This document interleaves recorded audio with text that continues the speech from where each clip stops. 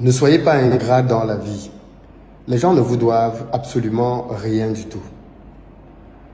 Vous savez, il y a des gens dans la vie à qui vous allez donner un verre d'eau et qui vont vous remercier pour ça toute leur vie. Et il y a d'autres personnes à qui vous allez donner un fleuve, même un océan, et qui estimeront que ce n'est pas assez. Je pense que l'un des gros problèmes de mentalité que je retrouve dans notre communauté, c'est l'ingratitude. Peut-être que vous savez d'où ça vient, mais j'ai le sentiment que quand on grandit en Afrique, on pense que les gens sont tenus de nous aider. On pense que les gens nous doivent quelque chose. Et moi, je l'ai appris très durement, heureusement assez jeune, et ça m'a permis de me corriger et de ne plus m'attendre à ce que quelqu'un me fasse du bien. En réalité, dans ma mentalité, quand quelqu'un me fait du bien, je considère que c'est une exception. Je ne considère pas que c'est un dû. Quand j'étais en terminale, je vais vous parler ici d'une histoire personnelle, vécue, réelle. Quand j'étais en terminale, la première année de terminale, je devais aller en France après mes études, à cette période-là. Enfin, je pensais que je devais aller en France. Je pensais que j'allais avoir le bac. Bon, je vais échouer, hein, mais je pensais que j'aurais le bac. Et donc, dans cette démarche-là, je cherchais un moyen de trouver quelqu'un qui allait me prendre en charge. À cette période-là, ma grande sœur n'avait pas encore les moyens de me prendre en charge. Donc, la solution la plus idoine, c'était mon oncle, le grand frère de mon père. Même père, même mère, hein, qui vit en France. Il est toujours en France d'ailleurs aujourd'hui. Mais ce grand oncle-là, je ne le connaissais pas. Mais vraiment pas du tout, je ne l'avais même jamais vu. Il faut dire qu'il était parti en France il y a très longtemps. Et que lui et moi, on s'était littéralement, peut-être vu une fois, mais quand j'étais tout petit. Mais voilà, il est parti en France, voilà. C'est le genre de tonton, quand il te parle de la France, il dit je suis en France depuis 40 ans. Il est parti, il est parti pour ses études universitaires, c'est vous dire. Et il est très, très, très peu souvent revenu au pays. Donc, je ne le connaissais pas. J'entendais juste parler de lui. Mais mon père aimait bien souvent dire de son grand frère que son grand frère s'était beaucoup occidentalisé. Qu'il n'avait plus forcément un certain nombre de valeurs africaines en partage, comme, par exemple, la fameuse solidarité. Donc, je vais donc voir mon père. Je lui dis, je veux que tu me mettes en relation avec ton frère, parce que je veux lui demander de m'accueillir quand je vais avoir mon bac chez lui en France. Mon père me regarde et me dit, mais tu es sûr de ce que tu veux faire? Parce que je ne pense pas que mon frère va t'aider. Hein? De ce que je connais de mon frère, de sa mentalité, il n'est pas dans ce mindset-là d'aider le neveu. Et à ce moment-là, tu te dis, mais en fait, c'est mon père qui ne veut pas. C'est mon père qui ne veut pas m'aider. C'est mon père qui ne veut pas que je voyage. C'est mon père qui ne veut pas. Donc tu insistes. Et je lui dis non, franchement, donne-moi son numéro, donne-moi son contact, son mail. Parce qu'à l'époque, il n'y avait pas les WhatsApp. Hein, donc les appels, ça coûtait une fortune. Je n'avais pas les moyens d'appeler. Bon, je lui demande son WhatsApp. Enfin, pas son WhatsApp, son mail. Il me donne son mail. Donc j'étais en terminale à cette époque-là. Donc je vais payer le cyber. Vous savez qu'à l'époque, on allait au cybercafé pour communiquer sur Internet. Donc je vais payer le cybercafé. Et je vais pondre un long courrier dans lequel je vais me présenter en lui disant qui je suis. Bon, officiellement, il sait qui je suis, même si on ne s'est pas beaucoup vu. En lui disant qui je suis le fils de son frère, je suis en terminale mathématiques, et je suis en train d'entamer une démarche. Enfin non, au début, je prends quand même des nouvelles. Voilà, comment tu vas, ainsi de suite. C'est vrai qu'on ne s'est pas beaucoup parlé. Et à la fin, je lui lâche donc la nouvelle que voilà, moi je veux venir en France pour étudier après mon bac et j'ai besoin d'une attestation de prise en charge. Est-ce qu'il pourrait bien jouer ce rôle-là, de me faire l'attestation de prise en charge? J'ai hâte de le voir et de discuter. Et je vais aller au cyber peut-être une semaine, 2 semaines après, j'ai pas de réponse. Merci. Mais j'ai pas de message retour disant que mon mail n'est pas parti. Donc je me dis, bon, ok, il faut attendre. 1 mois après, à peu près, j'ai eu une réponse. Et je vais donc ouvrir la réponse en étant très optimiste. Et là, je tombe sur la réponse du tonton. Oui, bonjour fiston.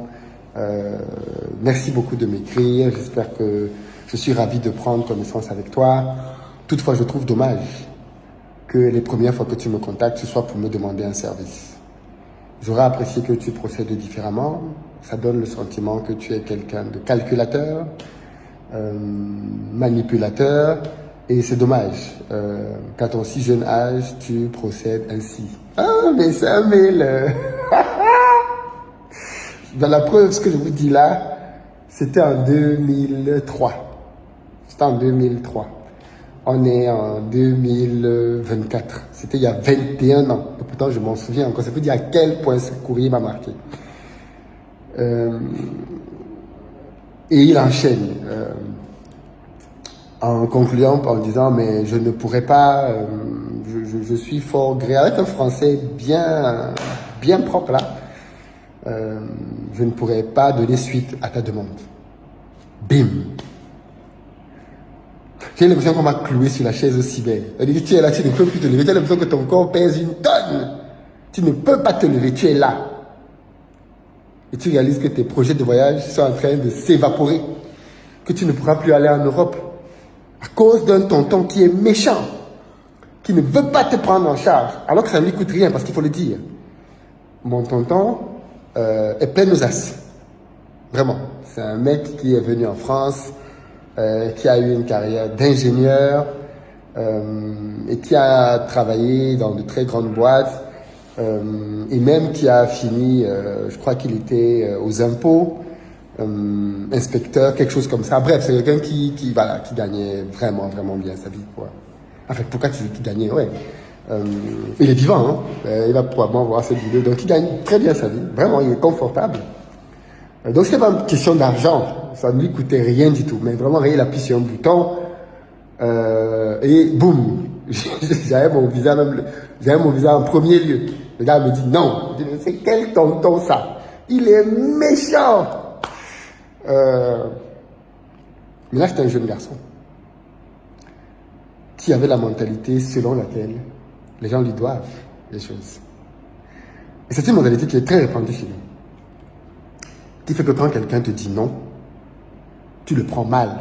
Tu le prends mal parce que tu avais des attentes. Et tu estimais que cette personne-là te devait quelque chose. Mais le nom de mon oncle va me faire le plus grand bien. Attention, je m'entends très bien avec lui aujourd'hui. On n'a aucun problème. Quand je suis arrivé en France, quelques temps après, parce que je suis arrivé en France finalement par ma grande sœur, sa situation s'est améliorée, elle a été en mesure de me prendre en charge quelques années après. Quand je suis arrivé en France, mon oncle a été, à part ma sœur, la première personne que j'ai vue et qui m'a donné les codes pour réussir en France. Il m'a dit, voilà, tu viens d'arriver en France, voilà comment les Noirs sont considérés ici, voilà le genre de choses auxquelles tu vas faire face dans tes études, voilà comment tu dois te comporter. Il m'a donné vraiment le guide de voilà comment tu fais pour t'intégrer en France, pour le travail, pour la vie sociale, pour les amitiés, pour les relations. Attention à ça, ne fais pas ça, ainsi de suite. Je m'en rappelle encore de notre première rencontre. C'est lui qui me prend, il me dit, écoute, il me prend chez lui parce qu'il me donne rendez-vous, je crois que c'était chez lui. Il m'amène à Château-Rouge. C'est lui qui m'amène à Château-Rouge. Il me fait voir Château-Rouge, voilà comment les Africains sont ici, voilà. Donc c'est pour vous dire que j'ai pas de problème avec lui, quoi. Mais ce mail-là a été une claque dans ma vie. Parce qu'à partir de ce moment-là, j'ai commencé à réaliser qu'en fait, quand quelqu'un te donne quelque chose, il faut lui être éternellement reconnaissant. Parce que les gens ne te doivent rien. Les gens ne te doivent pas la charité, les gens ne te doivent pas la bonté, les gens ne te doivent pas... Non, c'est pas une dette. J'en suis arrivé à comprendre que même tes parents ne te doivent pas. Tes parents, effectivement, pour t'éduquer, peuvent te donner un toit, à manger, une éducation, c'est tout. Le reste, là, quand tes parents te donnent autre chose, c'est du bonus. Et je ne sais pas pour vous, mais je pense que cette mentalité nous fait énormément de tort dans la communauté aujourd'hui parce que je vois beaucoup de gens qui s'attendent à ce que d'autres personnes fassent des choses pour elles, alors même que ces personnes ne sont pas tenues de le faire. Et je vois comment les gens réagissent quand elles n'ont pas ce qu'elles attendent d'autres personnes, qui en réalité ne leur doivent pas ces choses. Mais nous nous comportons comme si les gens nous doivent des choses. Nous nous comportons comme si les gens doivent être gentils, généreux, bons, aimables avec nous. Ce n'est pas le cas. C'est absolument pas le cas. Quand quelqu'un t'offre quelque chose, tu dois le prendre avec reconnaissance, avec joie et être reconnaissant autant de fois que possible. Parce que les gens ne te doivent rien. Les gens ne te doivent rien, si ce n'est le respect. Mais que quelqu'un t'offre de son temps, que quelqu'un vienne pour t'aider à faire quelque chose. J'ai été très frappé il y a de cela quelques mois quand j'ai revu une très bonne amie de très longue date qui m'a rappelé comment à l'époque je l'avais aidé à faire son CV. Je ne m'en rappelle même pas. C'est-à-dire même dans ma mémoire, je n'ai pas le souvenir de ce moment où on était en train de travailler sur son CV. Mais elle est tellement reconnaissante d'un épisode qui s'est passé il y a peut-être 18 ans. Oui, franchement, merci beaucoup, ça m'avait tellement aidé, ainsi de suite. Je me dis, mais attends, moi je t'ai aidé à faire un CV. À quel moment? Et pourtant, pour elle, ce moment qu'on avait passé à refaire son CV, à lui faire des commentaires dessus, lui a permis par la suite de pouvoir trouver un boulot. C'est comme ça qu'elle a démarré sa carrière. Et c'est pas quelqu'un à qui j'ai redonné quoi que ce soit d'autre entre-temps. Mais jusqu'aujourd'hui, elle a cette reconnaissance de « ouais, non, franchement, merci pour ce jour où tu m'as aidé à faire mon CV ».